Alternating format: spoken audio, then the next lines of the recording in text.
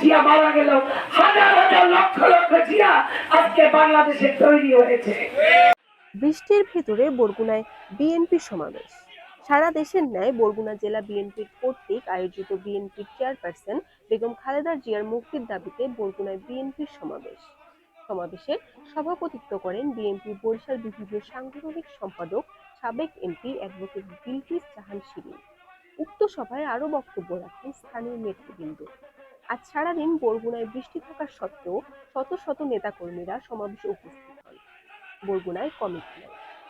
জেলা বিএনপির 1 বছরের বেশি সময় ধরে সমাবেশ শেষে বিএনপির সাংগঠনিক সম্পাদক অ্যাডভোকেট বিলকিস জাহান শিরিনের কাছে বরগুনা জেলার নেতা কর্মীরা খুব দ্রুত সময়ের ভিতরে বিএনপি কমিটি দেওয়ার জন্য দাবি জানাচ্ছেন। আমরা সেই শহীদ জিয়ার দল করি, এটাই শেখ হাসিনার কষ্ট। আজকে এত অত্যাচার নির্যাতনের পরেও 16-17 বছরে এই দল থেকে একটি কর্মীও যায় নাই।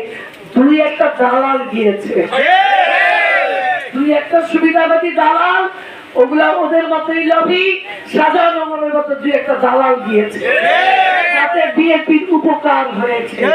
সবশেষ মোবিলের মতো দুই একটা দালাল গিয়েছে, তাতে বিএনপির নেতা কর্মীদের জন্য, দলের জন্য অনেক উপকার হয়েছে।